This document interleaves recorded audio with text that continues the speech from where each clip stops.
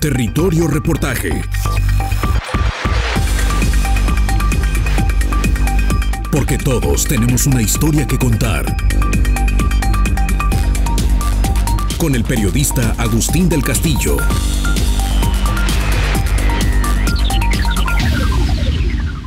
¿Quiénes gobiernan realmente las regiones rurales de México? Se preguntan, legítimamente, consternados, muchos pobladores de estas olvidadas demarcaciones, donde la progresiva ausencia del Estado en la última década generó un vacío que no tardó en llenarse por los intereses y los usos y costumbres de muchos poderes fácticos. Algunas de estas zonas, enclavadas a lo largo y ancho del territorio nacional, tienen valores económicos de consideración: minería, agricultura y ganadería de alto rendimiento, aprovechamientos forestales y playas o sierras codiciadas para desarrollos turísticos. Otras son simplemente puntos de tránsito hacia lugares tan fundamentales para el comercio internacional como Manzanillo, en Colima, Lázaro Cárdenas, en Michoacán, o Veracruz y Campeche, en el Golfo de México. Sin faltar sitios históricamente abandonados en la extrema pobreza, como las Sierras Madres Occidental y del Sur, donde hoy es barato extraer rentas por protección y extorsión a decenas de miles de ciudadanos indígenas y mestizos empobrecidos y dejados a su suerte. No se puede omitir que en los megadesarrollos costeros, donde los visitantes internacionales y nacionales derraman miles de millones de dólares anuales para recreación, como Cancún, Puerto Vallarta, Mazatlán, Acapulco o Los Cabos, hay mercados en expansión para la venta de enervantes como cocaína, heroína o anfetaminas, parte de los paquetes de aventura para los más osados entre los viajeros, aquellos que cultivan su avidez de autoconocimiento o la búsqueda de placeres sensoriales con la inmunidad que solo dan los viajes interiores que ofrecen los alcaloides en medio de las emociones más extremas. Desde la seguridad de su habitación all inclusive, de donde cuando el intrépido aventurero le llega el aburrimiento consumista o el spleen de los poetas malditos, siempre puede bajar a exponerse a las playas arenosas y el mar voluble, custodiados desde instalaciones asépticas, albercas de agua inerte, comida de sazones moderados, amabilidad artificial pero estricta, y esa sensación de abandono calculado que arroja la vegetación selvática recreada para estimular experiencias entre la lujuria y la borrachera del sol, el alcohol y el culto a los cuerpos perfectos fabricados por bisturí, anabólicos y rutinas de gym.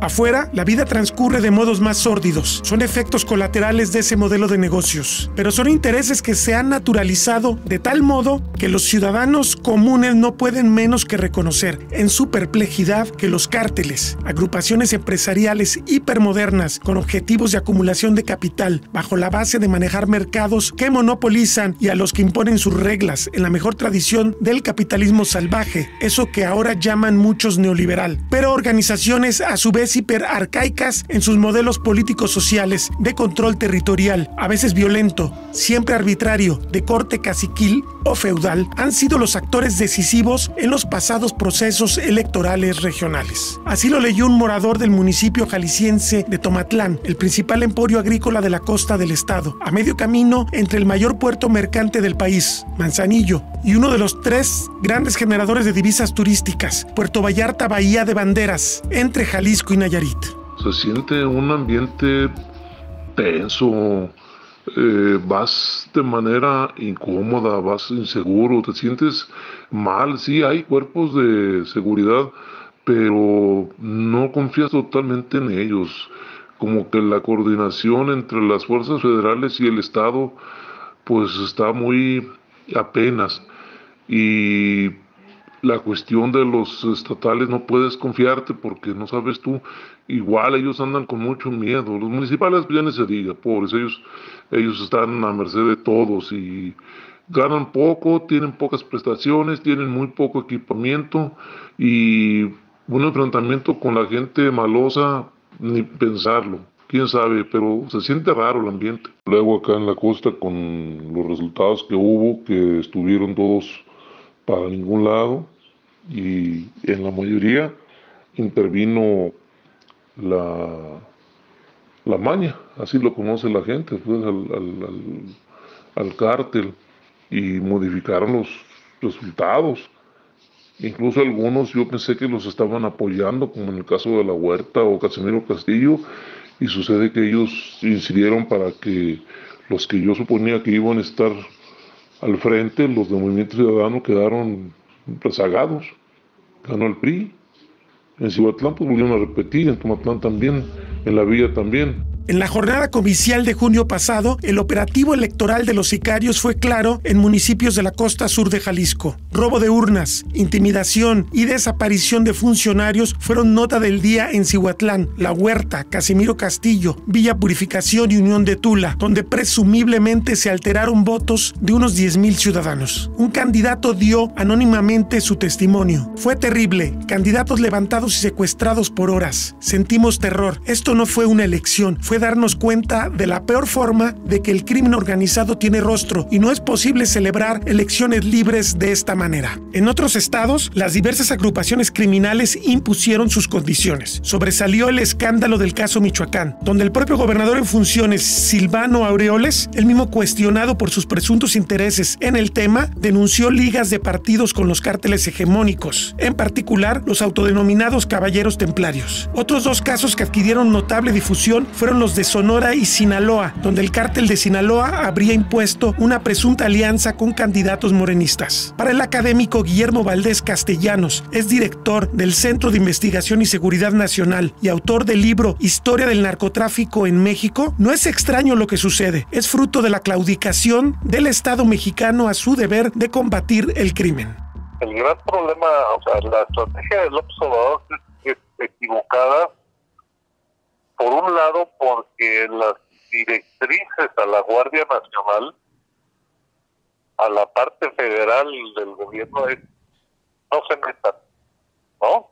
Se siguen metiendo, ¿por qué? Porque los americanos presionan y entonces de repente se sabe que hay operativos y despidieron a fulano y a pericano, etcétera. Pero no por voluntad del gobierno. Pero bueno, esa es una parte equivocada, el vámonos a los abrazos y no balazos.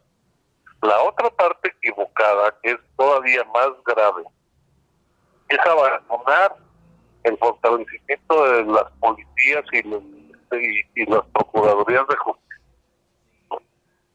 Porque todo el resto del crimen organizado, que ya no es narcotráfico, sino que es extorsión, que es secuestro, etcétera, esos debieran ser combatidos y neutralizados por las policías locales y la impunidad por la eficacia de las procuradurías de justicia estatales.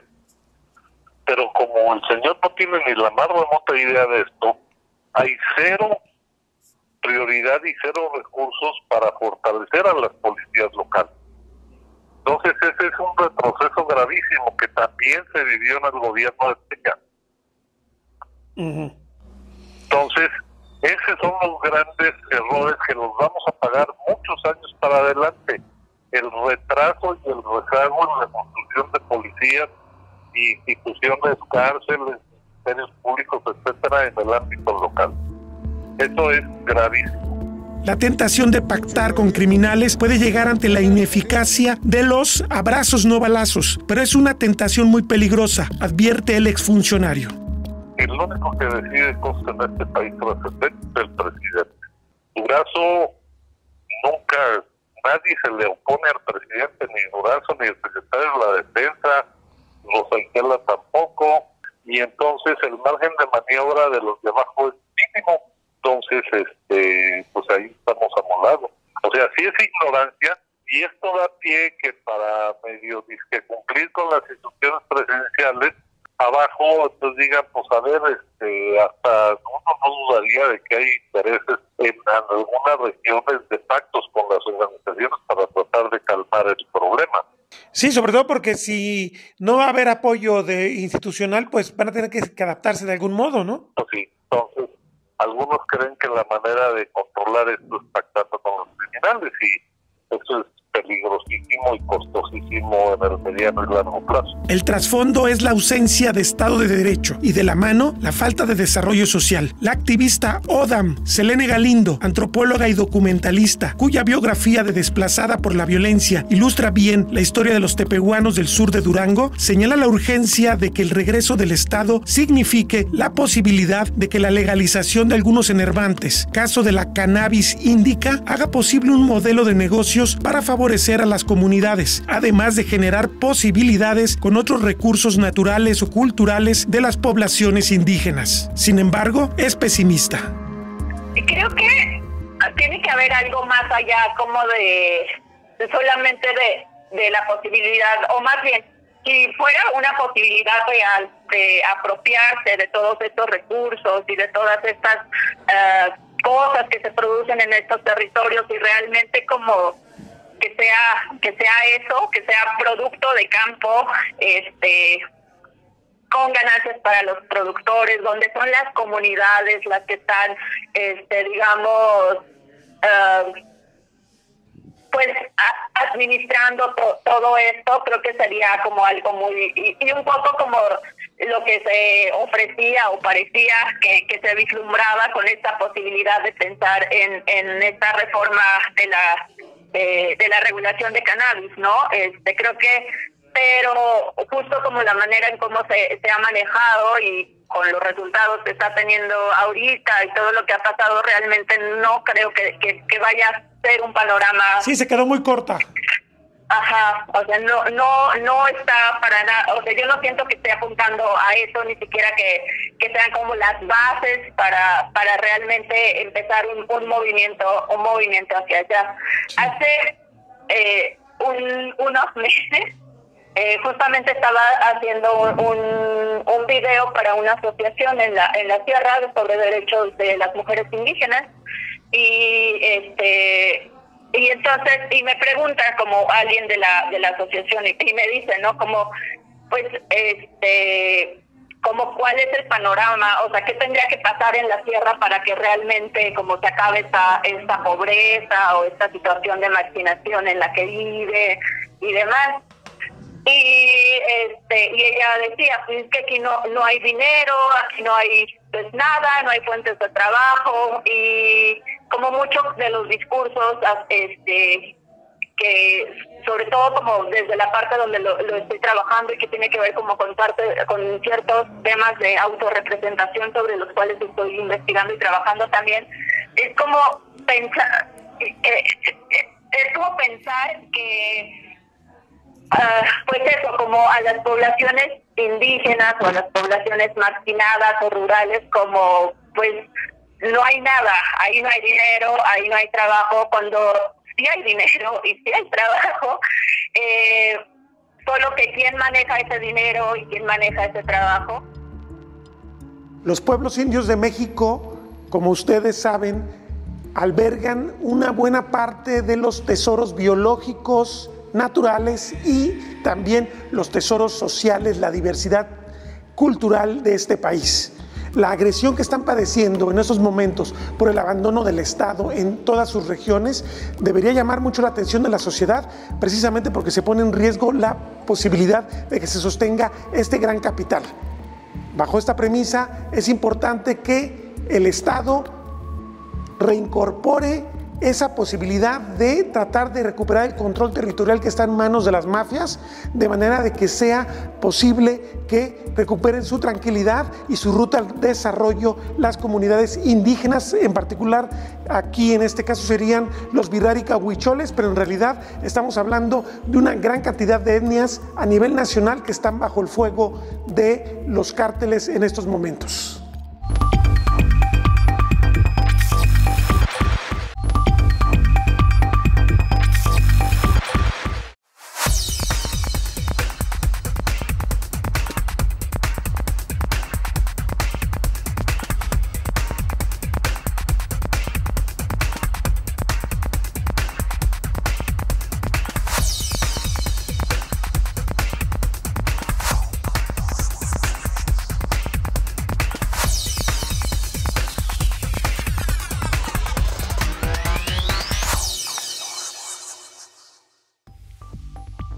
Guerrero es el principal productor de amapola de México y uno de los emporios de la dormidera a nivel mundial. Su historia no es tan antigua como la del Triángulo Dorado del norte del país, pero con el tiempo se consolidaron las zonas de cultivo, primero bajo el patrocinio de los narcotraficantes sinaloenses, pero a principios de este siglo, cuando las mafias se diversificaron, el poder se fragmentó en ese territorio, de por sí inmerso en problemas de violencia endémica. Hoy es escenario de una guerra sin cuartel entre numerosos cárteles que, ante la pérdida de valor del producto insumo básico de la heroína, se han decidido a enfrentarse por las rentas de la extorsión y los recursos naturales.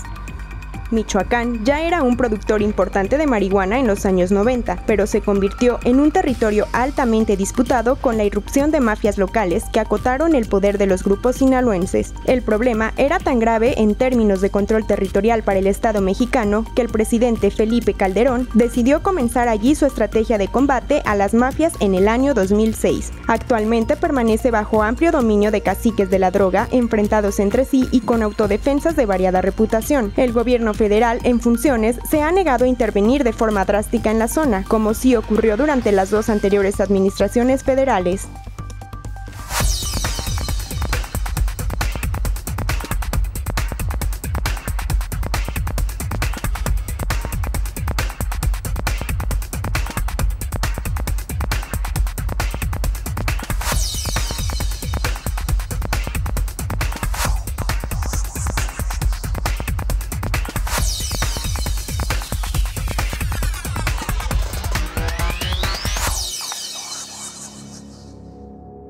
Michoacán es el estado donde en diciembre de 2006 comenzó la guerra contra las drogas de la administración de Felipe Calderón Hinojosa. Mientras la entidad se hundía inmersa en el enfrentamiento violento entre el gobierno y los capos de las mafias, se destruían paralelamente los bosques con un fenómeno casi igual de explosivo: la tala clandestina y la expansión ilegal de la frontera aguacatera, bajo el incentivo perverso de su alto precio internacional, propiciada por la impotencia del Estado mexicano y la irrefrenable presencia de bandas criminales con excedentes de ingresos para lavar en proyectos presuntamente legales. Sin embargo, en esta misma región, en los bosques comunales de Nuevo San Juan, Parangaricutiro, comunidad purépecha, se consolidaron la gobernanza, la conservación y la generación de riqueza en un caso de éxito de la resistencia organizativa al acoso del crimen. La comunidad aborigen tejió su proyecto tras la destrucción ocasionada hace casi 8 décadas por el volcán Paricutín. El grave daño a tierras agrícolas motivó la búsqueda de nuevos caminos. Luego hubo una destacada lucha por el territorio a la par de la generación de un modelo forestal inclusivo que resistió aún cuando irrumpió la pandemia del virus H1N1, que terminó de paralizar la economía regional en otro componente de la tormenta perfecta que es el caos michoacano. Hoy, sin haberse resuelto el problema de la violencia criminal y con la severa depresión ocasionada por la COVID-19 y con el retiro casi total del Estado mexicano en el subsidio y apoyo al sector forestal, en un contexto de por sí desafiante a nivel internacional, los comuneros mantienen su modelo que mejora ante la escasez de la madera en la región, asegura el responsable de la industria forestal comunal, Héctor Andrés Anguiano Cuara. Todos por aquí, por la región donde nosotros estamos, casi no hay ya madera. Entonces eso nos da el beneficio de que prácticamente somos los únicos que andamos por aquí trabajando. La madera ilegal no anda aquí por la región, más bien anda como de la región de Morelia con rumbo al Estado de México. O sea, en la zona de Europa se la acabaron. Sí, ya se la acabaron, predominó el aguacate. Con el aguacate y aparte como comercialización ilegal, pues. Sí. Y ustedes, dentro de sus 18,000 y pico de hectáreas, ¿cómo garantizan que no se les metan los taladores clandestinos? Bueno, es un tema que la comunidad ha cuidado desde hace más de 30 años. Desde el principio, cuando la comunidad se puso a defender su territorio, pues tuvo que generar esquemas de control y de vigilancia. Incluso llegó al punto de poner ranchos ganaderos en las entradas del predio, con la finalidad no tanto de tener un negocio, porque casi no somos muy buenos en el tema del ganado, pero sí para estar haciendo presencia las 24 horas, los 7 días de la semana o los 365 días del año, y que eso nos permite estar al pendiente de quién entra y quién sale. Además de ello, desde entonces se crearon brigadas permanentes de control y vigilancia, y hasta la fecha nos siguen sirviendo. Estos cuates pues andan dando rondines, todo el día en el perímetro, y pues se traen medios de comunicación que les permiten en áreas muy densas poder tener comunicación aquí con las instalaciones o con el área de la Dirección Técnica Forestal. Eso hasta el día de hoy pues, nos permite controlar el ingreso de personas pues que se dedican al clandestinaje. No nada más de la madera, también incluso de extracción de especies de flora y también de fauna. Luego ahora, por ejemplo, cuando se llega a noviembre, pues empieza la extracción del musgo, de algunas otras especies de flora y todo eso se tiene que estar controlando. ¿Cuál es la clave para resistir a la inusitada violencia y caos del narco? Una sólida organización comunal. Incluye mantenerse en contacto con las instituciones de los 3 órdenes de gobierno, mantener la presencia en los bosques comunitarios y hacer el vacío a los negociadores del crimen. En los últimos años podemos hablar de un crecimiento de la comunidad importante en términos de organización.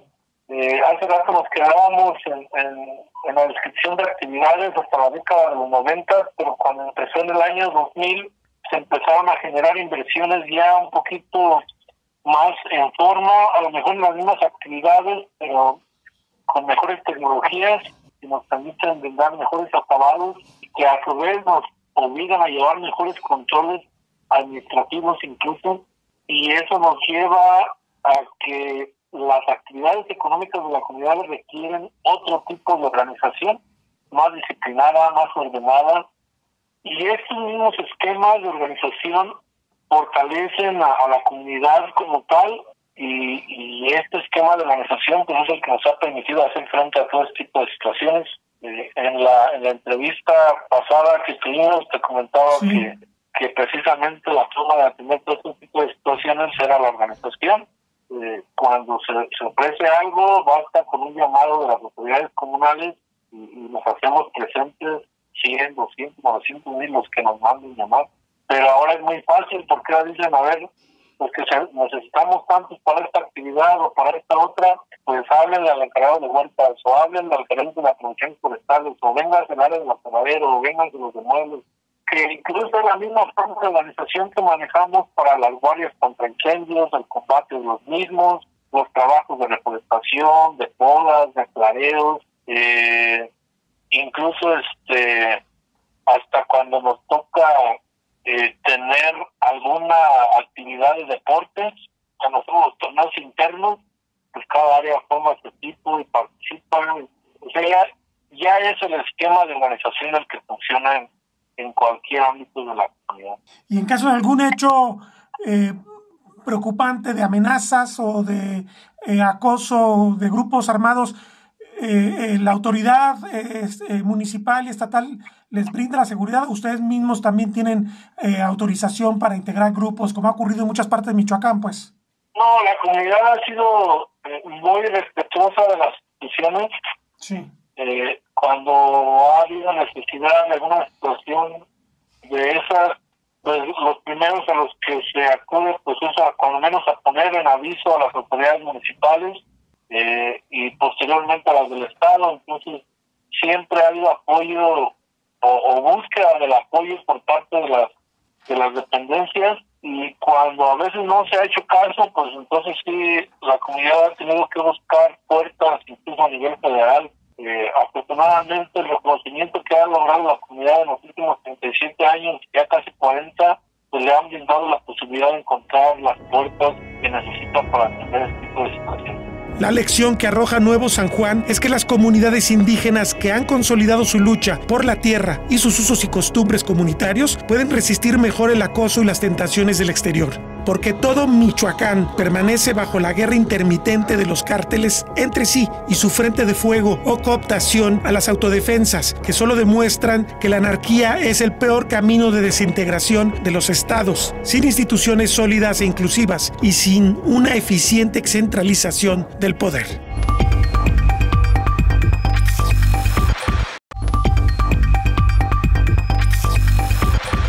Las autodefensas son la respuesta de muchas comunidades indígenas y mestizas al desafío de la violencia criminal en territorios con presencia mínima de las fuerzas del orden. Por eso son tan importantes en Michoacán y Guerrero, donde a la crisis moderna antecede un histórico abandono del Estado mexicano y por ende un primitivismo político reflejado en fuertes cacicazgos y una pobreza endémica. Muchos líderes locales han caído en la tentación ante la política o el narco, mientras otros resisten. Territorio Reportaje tiene la oportunidad de conversar con una comandante de las autodefensas organizadas de esas regiones, a condición de mantenerla en el anonimato. Denuncia claramente el uso inmoral de muchos políticos a estas estructuras surgidas al calor del conflicto. Los usaron carne de cañón. Por ejemplo, a los comunitarios los usaron para rapar gente como la tuta. ¿Quién conoce las brechas, las cuevas? También como la misma gente que habita ahí. ¿Quién? Pues ellos. Entonces les traían a gente de la PGR, les traían a los militares, los marinos, que era lo que hacían, ponerlos a ellos como carne de cañón. Primero los usaron, posteriormente Jos, durante toda su campaña, les retiró el sueldo. Eran 8,000 pesos mensuales de cada autodefensa, tenían aproximadamente algunos 800 autodefensas. Dejó de pagarles. Utilizó el dinero para su campaña. La fuerza de los grupos anticrimen es minada con los múltiples recursos de las bandas criminales, como el reparto de despensas y prebendas. Es una lucha muy desigual, sostiene. Volvemos a lo mismo, este gobierno trae lo mismo, el mismo tipo de gente. Este periodo más reciente, que en el caso de Michoacán se está dando la embestida del Cártel Jalisco, ¿cómo es la relación? O sea, quieren quitar a mi gente de ahí, quieren quitar a mi gente y por lógica empiezan agarrando comunidades. No sé si supo que en días posteriores, hace unos 2 meses, empezaron a repartir despensas. Muchas partes. Sí, empezaron a repartir despensas. ¿Por qué? Porque quieren quedar bien con la gente. Cuando la misma gente, los mismos comunitarios empiecen a quitar a esa gente, la misma población los va a defender porque les llega una despensa. Eso es político. Sí, claro. Sí, entonces el comandante Toro se ha enfrentado a muchas cosas. Lo tildan de que está amafiado con los Viagras. Los Viagras ni siquiera son de ahí. Los Viagras no operan ahí. Ahí operan los caballeros templarios y opera el Cártel de Jalisco. ¿Y están en guerra uno con el otro? La verdad no sabemos. Bueno, hay muchas cosas que ignoro de ellos. Si estén en guerra o si... Mire, en ese medio se rumora que todos los presidentes han trabajado con un cártel. Sí. ¿Sí? Ellos pactan con un cártel y le dicen, controlan a los demás. Se rumora, y lo hemos visto, que pues se han pactado, o al menos se ha visto unos pequeños avisos de la relación que tiene el actual presidente con el cártel de Jalisco y con gente del Chapo. Se ha visto. Entonces, pues, mi gente lo único que está haciendo es defender el territorio. No dejan que esa gente se aproxime. Han tenido varios enfrentamientos. En el último mes, ellos han tenido unos 4. La última vez, que fue la semana antepasada, y el sábado pasado, perdón, también, los atacaron gente del cártel y ya los tenían sitiados en un rancho. Y lo bueno fue que llegaron los marinos y sacaron a los autodefensas. Pero bueno. La propaganda de las bandas genera una peligrosa ambigüedad moral. Por eso es fundamental contar los hechos tal cual son, sostiene. Ya vio los videos que están distribuyendo los mismos, la misma del Mencho. Sí. Tienen armas muy sofisticadas. Yo me atrevo a pensar otra cosa también. Eso puede ser misma estrategia del gobierno para meternos la Guardia Nacional. Se puede analizar un poquito la situación. Eso es un mensaje de doble fondo. Que no cobran piso, por Dios. O sea, ¿de dónde sacan ellos mismos que no cobran piso? Claro que cobran piso. Y claro que han matado a mucha gente inocente, que no son unas blancas palomitas. Con la pandemia y el desgaste están mermadas las policías comunitarias y aunque alguna vez tuvieron reconocimiento, hoy hay apoyo casi nulo del gobierno. Muchos grupos empresariales como los mineros o los desarrolladores de turismo se apoyan en los cárteles para sacar adelante sus agendas privadas. Les voy a comentar un poquito de las comunidades indígenas. Un ejemplo, Tula, para que ellos pongan su policía comunitaria, se reúne toda la comunidad, hacen una junta y ellos mismos dicen quién es el comandante. Ellos ponen a la gente. La gente no se postula como en los partidos políticos. No. Ellos ponen a la gente y han elegido al comandante Germán Ramírez. Tiene aproximadamente 4 años de comandante ahí. Les voy a ser muy honesta, anteriormente cuando yo empecé a ir con ellos teníamos alrededor de 820 y tantas personas comunitarios. Actualmente no llegamos ni a 250. ¿A 250? No. Por la violencia, por el miedo, la gente se ha ido yendo. A mucha gente se ha unido a los cárteles, otra gente se ha unido a CMI Verdía. Así pasó. Y ahorita pues hay mucha gente también recluida en sus casas por el COVID. Ahora con el COVID, ¿la violencia ha sido igual con los... Exactamente igual, es dale. Y sigue la presión para invadirles predios y para apoderarse del territorio. Así, para ir agarrando las comunidades y manejar las drogas tanto. Y el apoyo al gobierno es muy marginal, me dices, de cuando llegó la Marina, pero eso fue como una casualidad, digamos. Yo empecé a meter muchos escritos ahora que estaba Alejandro Encinas y a ninguno le dio seguimiento. Muchas veces le hablaba yo a su celular personal. Ahorita tienen siquiera mi gente, están gente del Mencho, están gente de Chuy Playas y nunca hicieron nada. Nunca me mandaron a nadie de la Marina. Hasta hace poco le digo que empezaron a defenderlo. Entonces ustedes no tienen confianza, obviamente, ni en el gobierno, ni mucho menos, obviamente, en los cárteles. No, tampoco en los cárteles. Es que nosotros no somos un cártel. Nosotros lo que hacemos es defender de ahí, por ejemplo, las minas. ¿Qué es lo que traen las minas? El saqueo, la contaminación, los robos y pues el apoyo a los cárteles, que es lo que hacen. Por ejemplo, en la zona de Michoacán, ¿qué es lo que ellos anhelan más allá del territorio en términos de recursos? Mire, por ejemplo, las minas, las playas, por ejemplo, cuando CMI Verdía lo encarcelaron, todo eso fue una farsa. A CMI Verdía le prometieron hueso. La muestra está que el señor fue candidato al PAN, el señor ni siquiera ha terminado la primaria, fue candidato al PAN, no sé qué. CMI Verdía se vendió, él le prometió al cártel las minas y las playas. No lo ha hecho. ¿Por qué? Porque la gente del comandante Toro pues no nos dejan. CMI Verdía lo corrieron de ahí de la comunidad, a él y a su familia. Él ya no vive en Ostula. ¿Y a qué cártel le prometió él eso? Al cártel de Jalisco.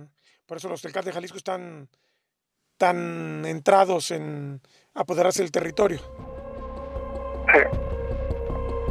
En las autodefensas de Guerrero y Michoacán, ninguno es líder. Es una organización horizontal para apoyo mutuo en una guerra inequitativa. Del lado de Guerrero están los Ardillos, están los Rojos, están la UPOEX, están todos ellos. ¿Ustedes cómo entendieron, digo porque me parece lógico, pero cómo entendieron que era importante que las autodefensas de varios estados se unieran y se fortalecieran entre sí? Porque de algún modo ustedes como organización funcionan en varios estados y esto implica que todo el mundo entendió que solamente la unión hacía la fuerza, ¿no? Así es, pues eso fue a fuerza de que pues tenemos un mismo enemigo, los cárteles y apoyados por el gobierno, el narcogobierno le llamamos. ¿De ustedes cómo se llama? ¿Tiene algún...? No, ninguna. Es como autodefensas organizadas y ya. No, sí, únicamente. Sí. Ninguno es líder, ninguno nada. ¿Cómo toman acuerdos en un momento dado? Nos comunicamos entre sí, nos comunicamos únicamente y apoyamos donde haga más falta.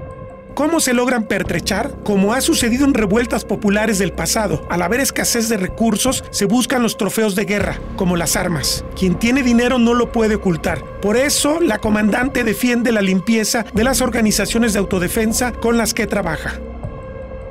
Yo le voy a mencionar una cosa. Si mi gente tuviera manejara droga, yo he llegado de repente con ellos a comer y comemos exactamente lo que come toda la gente. Sí. La gente que les dona. ¿Por qué? Porque para la gente de que vive allí, que tiene sus tienditas, sus depósitos, es mejor apoyarles con una caja de huevos o, no sé, azúcar, café para en las noches, a que permitir que vaya al narco y les cobre piso, les cobre renta. Claro. Para ellos es más fácil y así pues tienen a la policía. Yo les he conseguido para la gasolina. ¿Por qué? Porque me ha pasado cuando voy para allá, yo pues le meto mis tarjetas, las otro siempre. Yo no únicamente cuento con 5 personas que me apoyan de Estados Unidos, que me depositan por mes, cada uno $100, y eso los apoyo a ellos para la gasolina. Y créanme, les he caído de repente, si fueran miembros de algún cártel, trajeron la gasolina a mínimo hasta la mitad del tanque. No traen. Y comemos por lo que la gente les dona ahí. Las armas, no les soy honesta, las armas han sido trofeos de guerra. ¿Por qué? Porque la vez pasada los metió la gente a la placita y ¿qué hicieron? Pues los echaron en corrida, pero pues la gente se queda con las armas.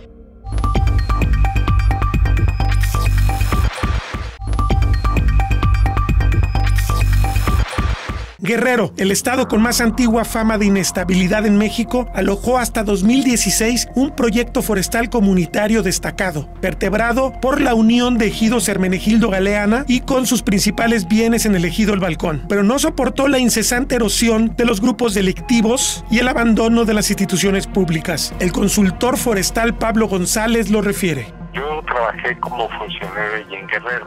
Muy bien. Pero, y bueno, eso me dio a mí la oportunidad de conocer la experiencia del Balcón. Okay.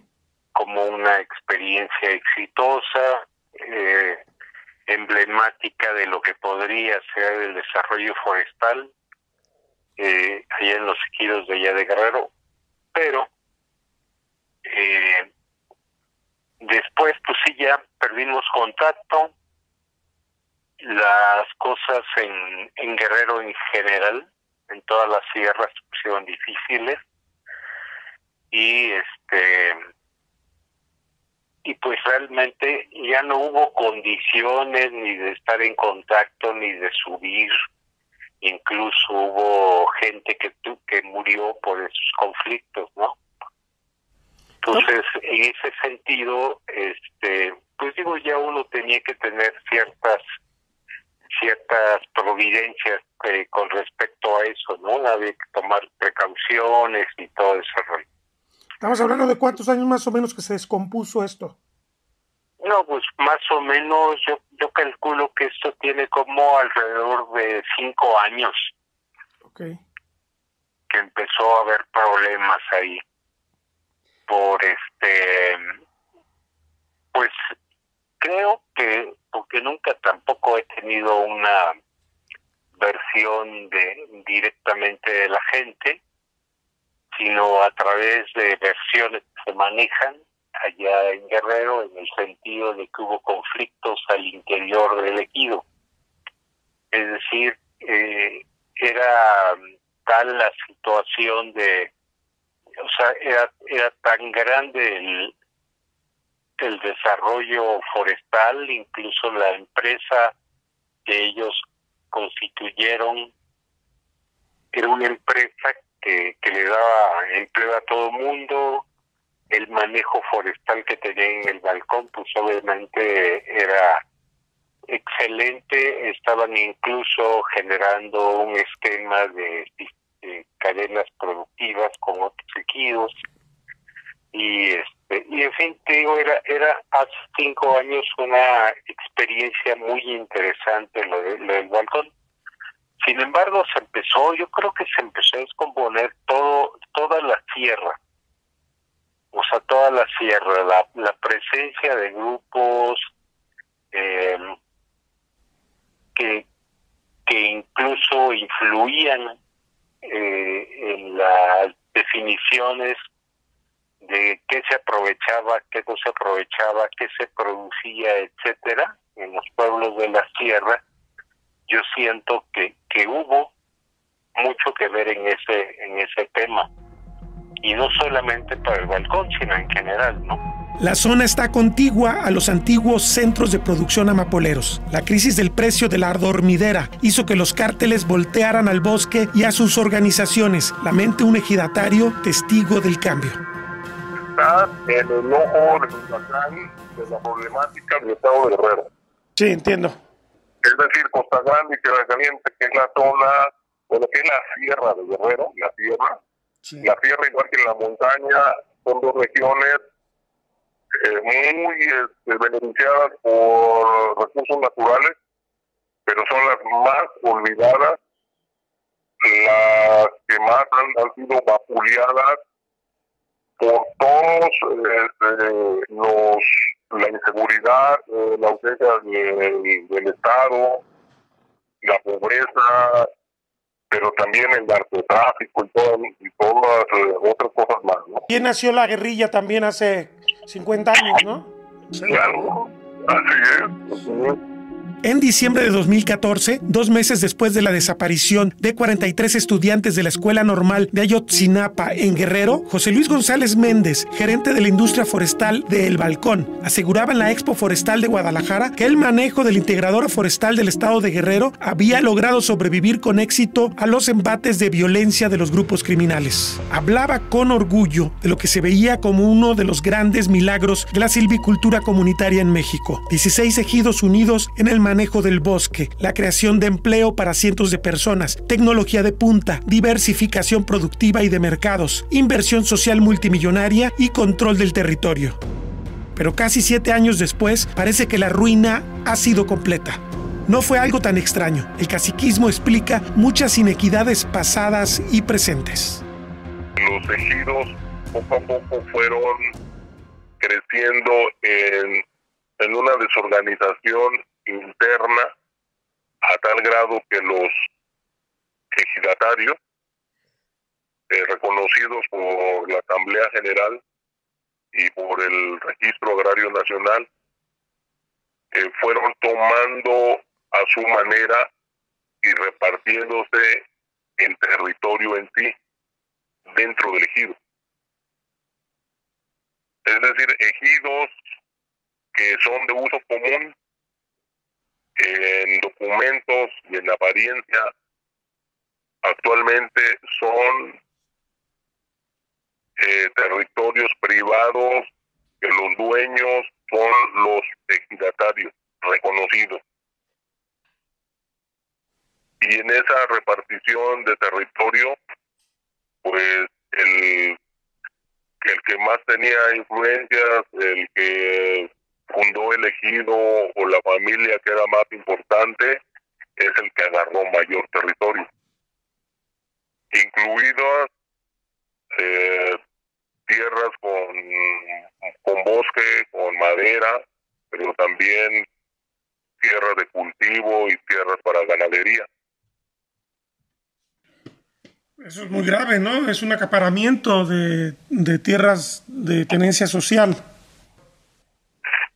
Cierto, pero eso responde a la debilidad que antes te mencioné, es que no tienen reglas claras al interior. Es decir, el ejido cuando se fundó o cuando lanzaron la figura asociativa como ejido, tenía un objetivo de uso común, de integración, de esfuerzo común, de esfuerzo comunitario.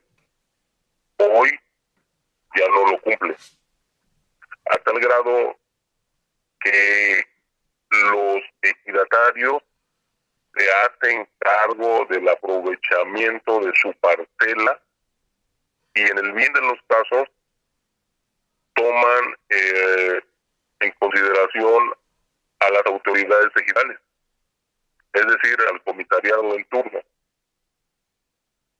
para que pueda avalarlos con Semarnat y puedan dar el permiso y las remisiones para que puedan transportar su madera. Ese es el mejor de los casos. Y de los casos extremos es que hay ejidos que ni tan siquiera pide permiso a la autoridad, ni mucho menos la asamblea, porque se ha perdido el asambleísmo, y ellos aprovechan a su manera. ¿Pero no se ven en dificultades de cumplir requisitos? No, porque lo hacen a su manera, es decir, sin permiso, con apoyo de los que administran el territorio. Tenemos aquí el problema de los grupos delictivos, pues. Correcto. Y entonces ahí entra otra fuerza importante, que los grupos delictivos, por la situación que están pasando, tienen que diversificar sus fuentes de ingresos. Y entonces una fuente de ingresos que es inmediata y el dinero líquido que pueden tener es el aprovechamiento ilegal, coordinado, fortalecido por muchos ejidatarios que tienen ese problema al interior de sus núcleos agrarios.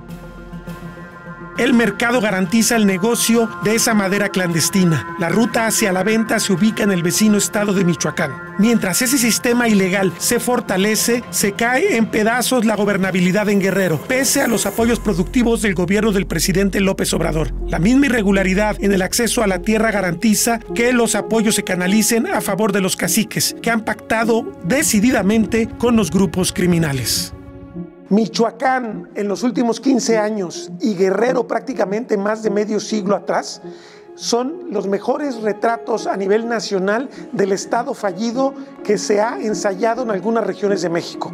En particular, Guerrero debería llamarnos la atención porque allí surgió en los años 60 la guerrilla, la primera guerrilla mexicana posterior a la Revolución Mexicana y a la Guerra Cristera, y es una guerrilla que está muy en el corazón de la miseria y del caciquismo, que está afectando fuertemente la Sierra Madre del Sur, y que en este momento, con la crisis que vive este estado por los amapoleros que están perdiendo sus mercados, pues se está volviendo a convertirse en una pesadilla para cientos de miles de habitantes de la región.